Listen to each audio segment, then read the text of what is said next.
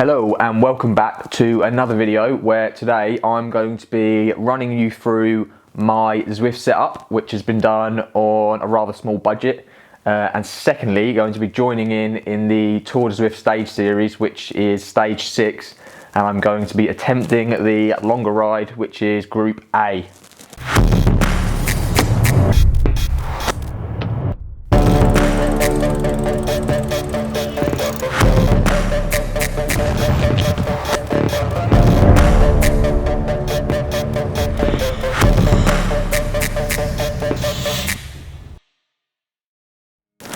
Hello, welcome back to the channel.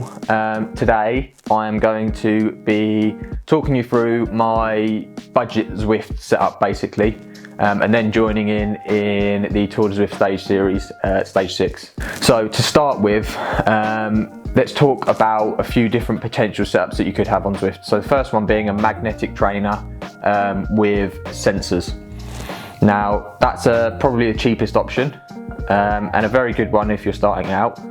You can then upgrade to a fluid trainer, and that's the one that I've actually opted for, plus the 2 sensors, so the speed and cadence sensor, and then you can go all the way up to like your smart trainers where they kind of have all the latest of everything. That's a really good option if you've got the money, but they're, £500-600 plus, so they're quite a big jump to get a smart trainer.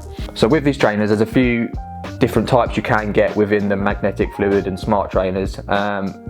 You can get wheel-on trainers, so this is one where you actually fix your wheel to the trainer and use your tyre to spin the roller at the back. Or you can get a direct mount trainer where you actually take your wheel off and then you mount your chain and everything to the trainer itself, and that has a cassette and stuff on it, so you mount it directly to the trainer. But that's usually what you find in the smart trainers, not in the other two. Now, why have I gone for a fluid trainer as opposed to a magnetic trainer? The cost difference isn't that much, but there's a few reasons. Firstly, fluid trainers are a lot more quiet.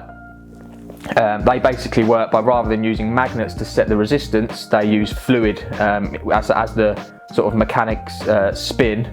There's fluid in there, and as you spin faster, the fluid gets hotter, and then basically adds more resistance whilst you're pedaling. So the one that I've got is a Lifeline, I think it's a T2 fluid trainer. It only cost me about £130, and then the magnetic version I think maybe is £80 or £90, something around there. So there's not much in terms of price difference. Now the main reason that I went for this fluid trainer is the resistance is a lot more like it is on a road. So with the magnetic trainer, you have to manually set your resistance with a little switch. Now if you're going, let's say you're using a magnetic trainer, if you're just wanting to do an easy spin, but you've got your resistance set to what Zwift would ask, so it might be setting 3 out of 6 for example, that resistance might be too much just to do like a recovery spin, because that resistance stays the same throughout 100 watts to 400 watts. And obviously when you're out on the road putting in 400 watts and going a lot faster, the resistance is going to be a lot more than it is as opposed to doing 100 watts. So the resistance is kind of hard to find the most accurate resistance depending on your watts. Whereas the fluid trainer, like I say, as you put more watts in and you go faster, the resistance increases like it would outside, rather than staying at one set resistance on the magnetic trainer.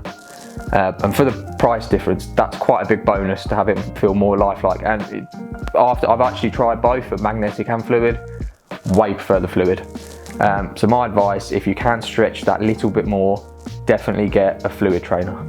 Now you've got your trainer, you've got your resistance as such, you now need to be able to, and if you're wanting to use it, you can just use that on its own, but if you're wanting to use it with Zwift, which again, if I can give you a bit of advice, is do it. It makes indoor training so much easier, way more fun, and it kind of turns it into a bit of a game, which if you're doing anything above half an hour, for me it makes it a lot less boring. Now sensors, if you've got a smart trainer, you don't need these sensors because everything comes in the smart trainer. But if you've gone for a fluid or a magnetic trainer, then you need these sensors.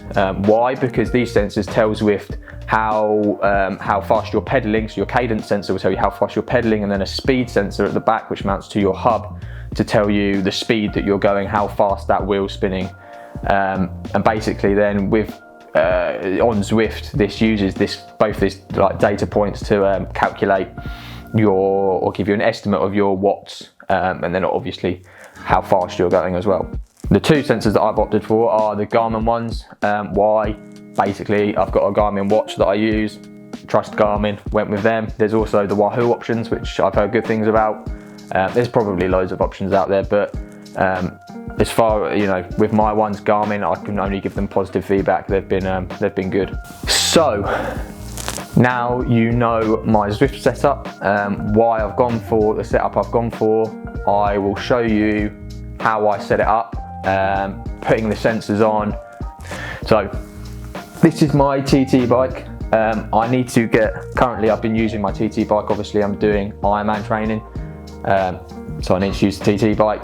So I've had that set up on Zwift, so I'm going to take the sensors and everything off that bike, transfer it to my road bike, and then get set up and ready to go. Is that my parcel?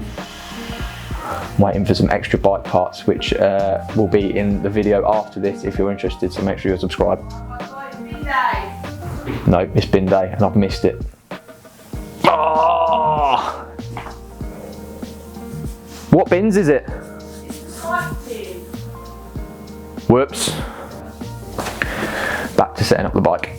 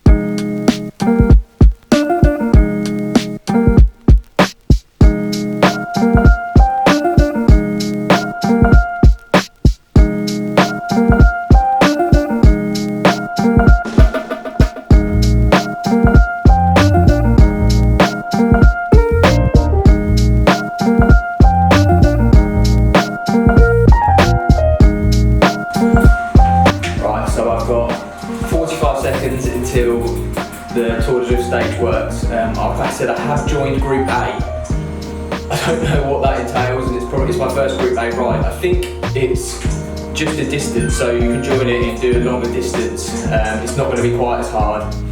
I'd like to average somewhere around the 230, 240 watts maybe.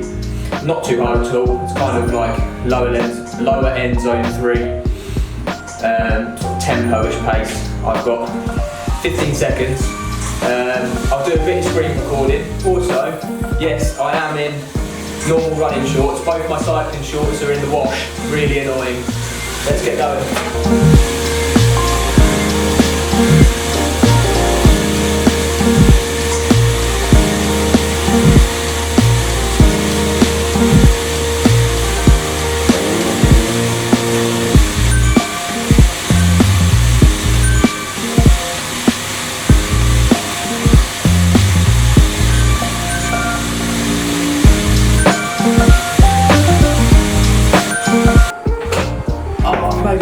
I'm on my TT bike. I've just made a stupid mistake and I'm on my TT bike. I can't draft.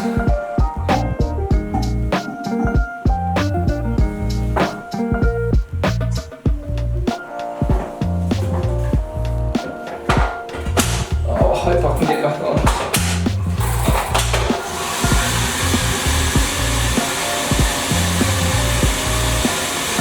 I'm back on.